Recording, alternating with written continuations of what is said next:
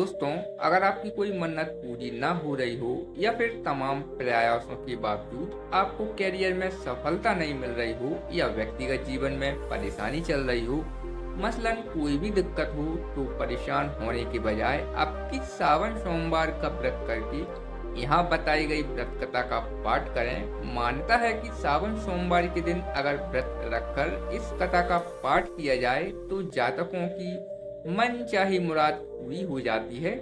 तो चलिए आज की इस वीडियो में हम लेकर आए हैं सावन सोमवार की व्रत कथा। तो शुरू करते हैं। दोस्तों, अमरपुर नगर में एक धनी व्यापारी रहता था। दूर दूर तक उसका व्यापार फैला हुआ था। नगर में उस व्यापारी का सभी लोग मान सम्मान करते थे। इतना सब कुछ होने पर भी वह व्यापारी अंतर्मन से बहुत दुखी था, क्योंकि उस व्यापारी का कोई पुत्र नहीं था।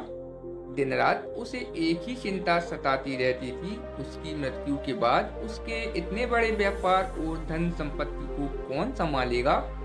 पुत्र पाने की इच्छा से वह व्यापारी प्रति सोमवार भगवान शिव की व्रत पूजा किया करता था। सायंकाल को व्यापारी शिव मंदिर में जाकर भगवान शिव के सामने घी का दीपक जलाया करता था। उस व्यापारी की भक्ति देखकर एक दिन पार्वती माँ ने भगवान शिव से कहा, हे प्राणनाथ, यह व्यापारी आपका सच्चा भक्त है। कितने दिनों से यह सोमवार का व्रत और पूजा नियमित रूप से कर रहा है। भगवान आप इस व्यापारी की मनोकामना अवश्य पूर्ण करें। भगवान शिव ने मुस्कुराते हुए कहा, हे पार्वती, इस संसार में सबको उसके कर्म के अनुसार फल की प्राप्ति होती है। प्राणी जैसा कर्म करते हैं उन्हें वैसा ही फल प्राप्त होता है। इसके बावजूद पार्वती जी नहीं मानी। उन्होंने आग्रह करते हुए कहा, नहीं प्राणनाथ, आपको इस व्यापारी की इच्छा पूरी करनी ही पड़ेगी। यह आपका अनन्य भक्त है, प्रति सोमवार आपका विधिवत व्रत रखता है और पूजा अर्चना के बाद आपको भोग लगाकर एक समय भोजन ग्रहण करता है।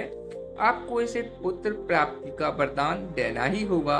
पार्वती माँ का इतना आग्रह देखकर भगवान शिव ने कहा, तुम्हारे आग्रह पर मैं इस व्यापारी को पुत्र प्राप्ति का वरदान देता हूँ, लेकिन इसका पुत्र 16 वर्ष से अधिक जीवित नहीं रहेगा। उसी रात भगवान शिव ने स्वप्न में उस व्यापारी को दर्शन देकर उसे पुत्र प्राप्ति का वरदान दिया और उसके पुत्र के 16 वर्ष तक जीवित रहने की बात भी बताई। भगवान के वरदान से व्यापारी को खुशी तो हुई, लेकिन पुत्र की अल्प आयु की चिंता ने उस खुशी को नष्ट कर दिया।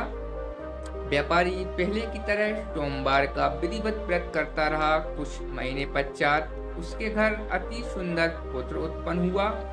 पुत्र जन्म से व्यापारी के घर में खुशियां बढ़ गईं। बहुत धूमधाम से पुत्र जन्म का समारोह मनाया गया।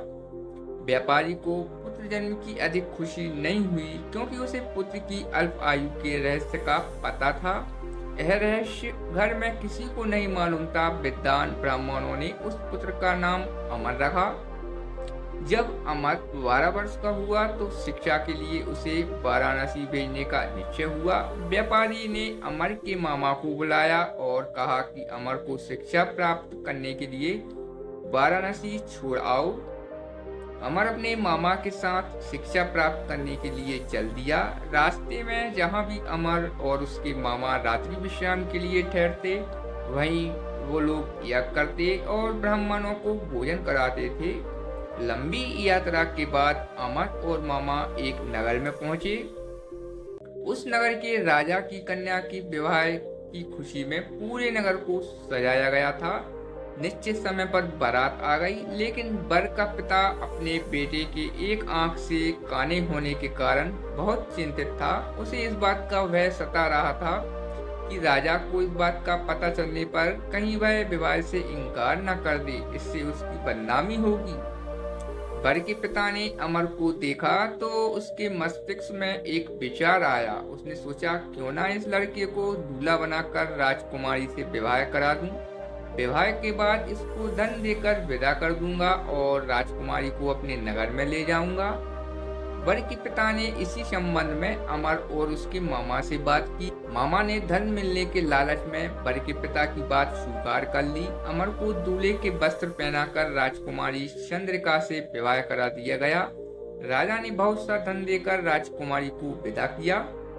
अमर जब लौट रहा था तो सच नहीं छिपा सका और उसने राजकुमारी की ओढ़नी पर लिख दिया, राजकुमारी चंद्रिका, तुम्हारा विवाह तो मेरे साथ हुआ था। मैं तो वाराणसी में शिक्षा प्राप्त करने जा रहा हूँ। अब तुम्हें जिस नव युवक की पत्नी बनना पड़ेगा वह कान्हा है। जब राजकुमारी ने अपनी ओढ़नी पर लिखा हुआ पढ़ा तो उसने काने लड़के के साथ जाने से इनकार कर दिया।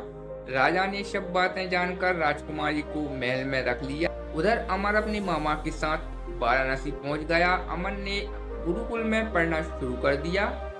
जब अमर की आयु 16 वर्ष पूरी हुई तो उसने एक यज्ञ किया। यज्ञ की समाप्ति पर ब्राह्मणों को भोजन कराया और खूब अन्न वस्त्र दान किए।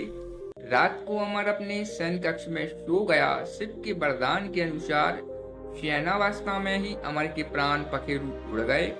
सूर्योदय पर मामा अमर को मृत देखकर रोने पीटने लगा। आसपास के लोग भी एकत्रित होकर दुख प्रकट करने लगे। मामा के रोने विलाप करने के स्वर समीप से गुजरते हुए भगवान शिव और माता पार्वती ने भी सुने।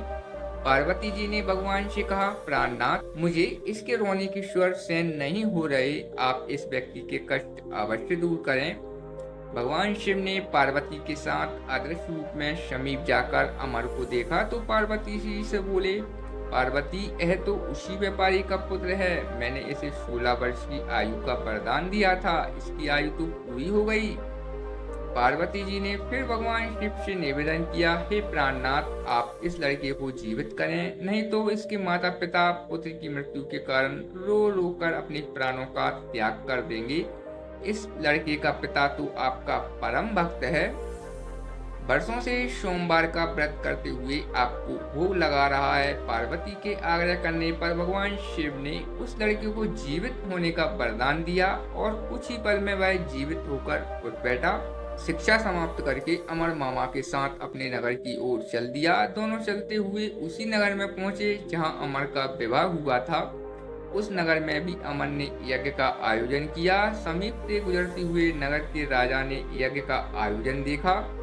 राजा ने अमर को तुरंत पहचान लिया। यज्ञ समाप्त होने पर राजा अमर और उसके मामा को महल में ले गया और कुछ दिन उन्हें महल में रखकर बहुत सा धन वस्त्र देकर राजकुमारी के साथ विदा किया। रास्ते में सुरक्षा के लिए राजा ने बहुत से सैनिकों को भी साथ भेज दिया। मामा ने नगर में पहुंचते ही एक दूत को घर बेचकर अपने आगमन की सूचना भेजी। अपने बेटे अमर के जीवित वापस लौटने की सूचना से व्यापारी बहुत प्रसन्न हुआ। व्यापारी ने अपनी पत्नी के साथ स्वयं को एक कमरे में बंद कर रखा था। भूखे प्यासे रहकर व्यापारी और उसकी पत्नी बेटे की प्रतीक्षा कर रहे थे। उन्होंने प्रतिज्ञा कर रखी थी कि यदि उन्हें अपने बेटे की मृत्यु का समाचार मिला तो दोनों अपने प्राण त्याग देंगे। व्यापारी अपनी पत्नी और मित्रों के साथ नगर के द्वार पर पहुंचा। अपने बेटे के विवाह का समाचार सुनकर पुत्र वधू राजकुमारी चंद्रिका को देखकर उसकी खुशी का ठिकाना ना रहा। उसी रात भगवान शिव ने व्यापारी के स्वप्न में आकर कहा, हे श्रेष्ठी, मैंने तेरे सोमवार के व्रत करने और व्रत कथा सुनने से प्रसन्न होकर तेरे पुत्र को लंबी आयु प्रदान की है। व्यापारी बहुत प्रसन्न हुआ। सोमवार का व्रत करने से व्यापारी के घर में खुशियां लौट आईं। शास्त्रों में लिखा है दोस्तों कि जो स्त्री पुरुष सोमवार का विधिवत व्रत करते और व्रत कथा सुनते हैं उनकी सभी इच्छाएं भगवान शिव पूरी करते हैं। ओम नमः शिवाय। तो दोस्तों, आपको यह व्रत कथा की हमारी वीडियो कैसी लगी हमें कमेंट करके जरूर बताएं। अगर आप हमारे चैनल पर नए हैं तो इसे सब्सक्राइब करें, वीडियो को लाइक करें और अपने दोस्तों को शेयर करें। धन्यवाद। हर हर महादेव। जय महाकाल।